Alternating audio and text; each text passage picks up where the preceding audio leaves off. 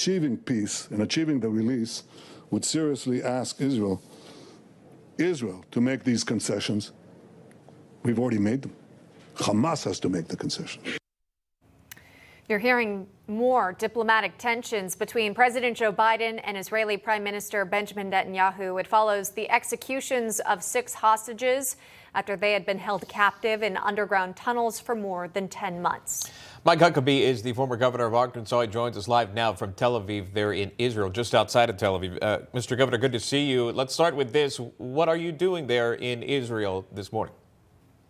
Well, I've got some TV projects that I'm doing. It also happened to coincide with the horrific news of the 6 hostages that were shot in the back of the head by the Hamas monsters.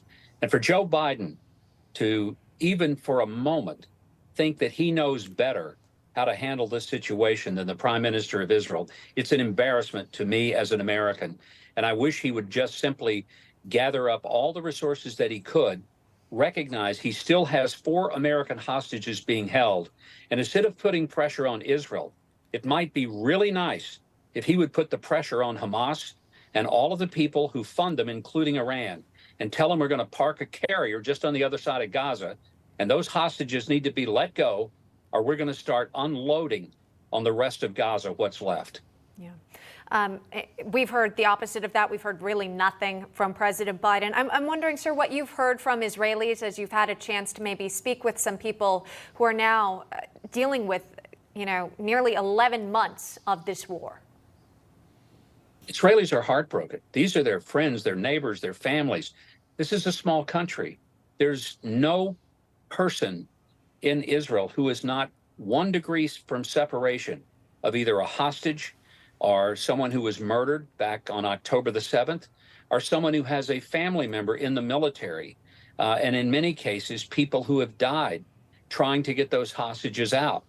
And that's why I just find it untenable that anyone in the United States would try to tell Israel how to prosecute a war that they didn't start, and also to demand of them a ceasefire when they have put repeated ceasefire agreements on the table since May of this year, and Hamas has every time rejected them, every single time. So there's no seriousness from Hamas to negotiate anything. And even if you did negotiate with Hamas, you couldn't trust it because they've never, ever done anything they said they would do. And these are not people who run a government. These are terrorists. Our own State Department lists them as terrorists.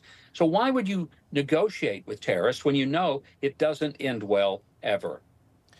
There's been talk about putting pressure on Hamas, Houthis, Hezbollah, but rather putting pressure on Iran that might ultimately be the key difference.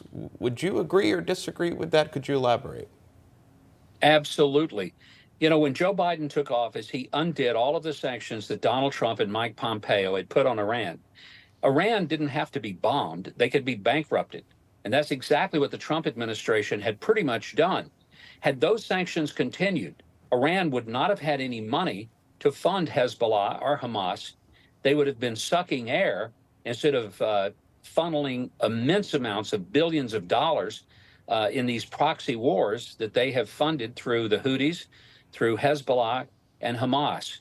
October the 7th was financed by Iran, but you might say it was financed by the idiocy of the United States that took our boot off of the neck of the Iranians when Joe Biden took office, and he released and relaxed all of those sanctions that were working very effectively. Why don't we go back to those sanctions? Why don't we immediately put those sanctions back into place? Let Joe Biden get credit for it. I don't care. What I care about is that innocent people are being slaughtered here, and 1,200 were slaughtered on October the 7th in the worst massacre since the Holocaust. And there's no excuse for us now trying to put pressure on Israel.